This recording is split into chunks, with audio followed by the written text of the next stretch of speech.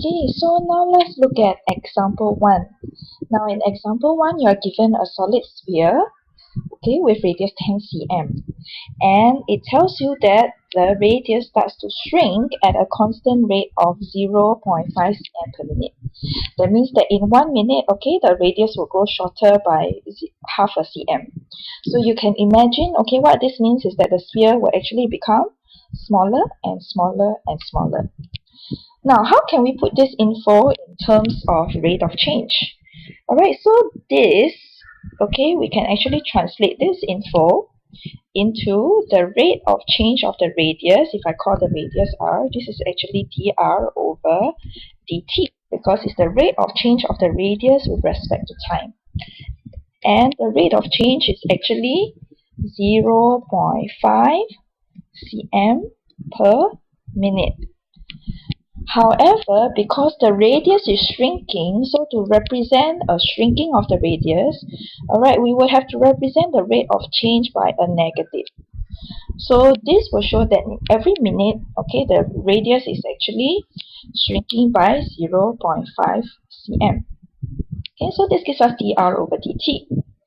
Now in part A, we are supposed to find the rate at which the volume of the sphere shrinks. Okay, so whenever they ask for rate now, we assume that this rate is actually with respect to the time. So basically what this question is asking you is, at what rate is the volume of the sphere shrinking? That means, how much does the volume of the sphere shrink per second? So part A is actually asking you, okay, in terms of differentiation terms, what is dv over dt equals to? Alright, so that's our aim here, to find dv over dt. Now, just now we learned over the formula. Now, how do we find dv over dt? We know we have dr over dt. So I can find dv over dt by taking dv over dr times dr over dt. Okay, this can help me to find this formula here, can actually help me to find dv over dt. Okay, because I can make use of the dr over dt that's given. However, before we can do this, there's still one unknown here, and that is dv over dr. So is there a way we can find the rate of change of v with respect to r? Okay, you have to come back to the sphere here. Now, what do we know about the volume of the sphere? The volume of a sphere is 4 over 3 pi r cubed. Okay, and remember our aim here is to try to find dv over dr. So with this here, I have v with respect to r. Therefore, I can actually find dv over dr by differentiating v with respect to r. So if we do that, okay, remember 4 over 3 pi is a constant, the variable is r cubed. So we look at the variable, the power, alright, we bring the power in front. Okay, 4 over 3 pi stays, and we reduce the power of r by 1. And if you simplify this, you get 4 pi r squared. So we know dv over dr is equals to 4 pi r squared, and we can translate this into, okay, when we find dv over dt. So this is actually equals to 4 pi r squared, which is dv over dr, times dr over dt, remember, is given in the question as negative 0.5. So if you work this out, you get negative 2 pi r squared. And what is going to be the unit? Now remember, dv over dt measures the rate of change of the volume with respect to time. So the unit is going to be, okay, the volume, which in this case is cm cubed, per time is measured in terms of minutes. Okay, so you get this answer here, alright, dv over dt, or the rate of change of the volume, is negative 2 pi r squared. And that is your answer for part A.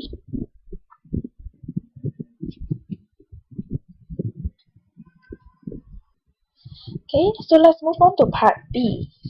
Now, part B asks you for the rate of change of volume of the sphere after 3 minutes. Okay, so if we were to translate this into dv over dt terms, we want to know when t is equals to 3, what is dv over dt? Now you realize that in part A, our dv over dt is in terms of r. Okay, but what we are given here is just t equals to 3. So we have to find out, first of all, when t equals to 3, what is equals to r. Okay, so let's go back to our dr over dt. Now we know that dr over dt is equals to negative 0.5 cm per minute. Okay, which means that every minute, the radius is reduced by half a cm. So therefore, we know that when t is equals to 3, r must be equals to, originally we started off with radius of 10 cm, right? But after 3 minutes, now each minute is reduced by 0.5. So we know that after 3 minutes, the r will be reduced by 1.5 cm, and this will give us 8.5.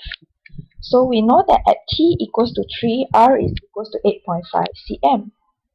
And therefore, we can use this information for r to translate back into dv over dt.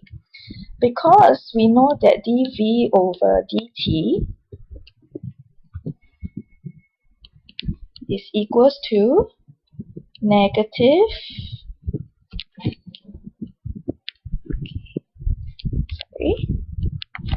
allow me to write, negative, just give me a minute, negative 2 pi r square.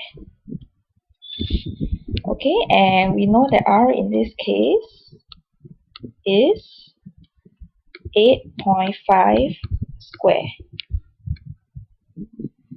So if you work this out, dv over dt is equals to 453.96, which if we round off to 3 significant figures, this will give us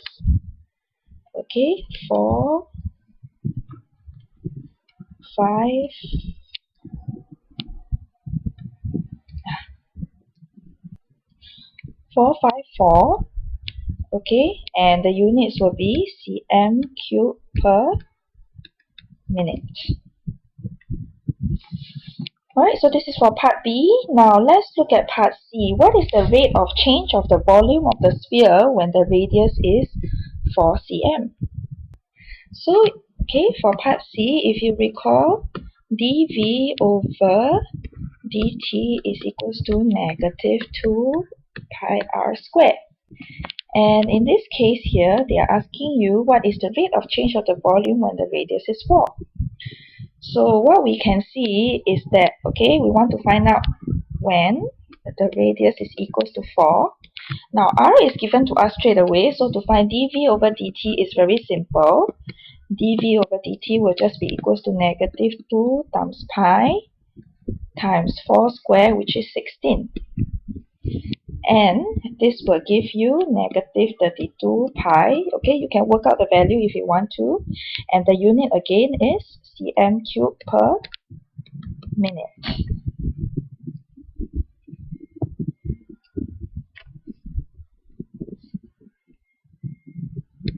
And for the last part, you are asked to comment on the shrinking rates of the volume of the volume and of the radius of the sphere.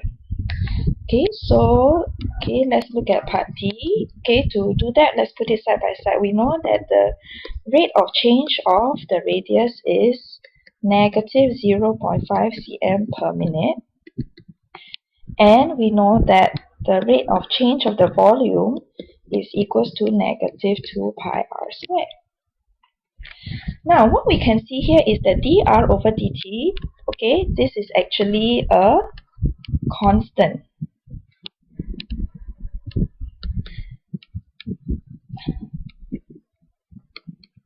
That means that no matter whether t is equals to 1, 2 or 3, the rate of change will be the same, is negative 0.5 cm per minute.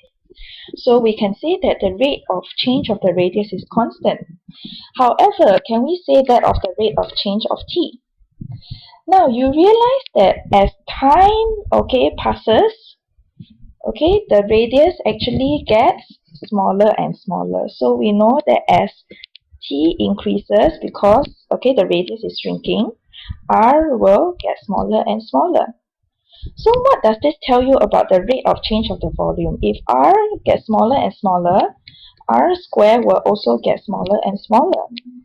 So this tells you that dv over dt will actually decrease as r increases. So we know that, therefore we can say that the rate of change of the volume is actually decreasing. Or we can say another way to put it is that the volume is changing at a slower rate. What this means is that as you see, because what you can imagine is the sphere is just shrinking, so it's getting smaller and smaller, right? And at first it gets small very fast, but as it approaches a smaller circle, the rate at which it gets smaller and smaller will become slower. Whereas the rate at which the radius is decreasing is constant, but this means that the volume is actually changing at a slower rate. And how can we tell this? We can just tell this by looking at the values of dr over dt and dv over dt. And so with this, we are actually done with example 1.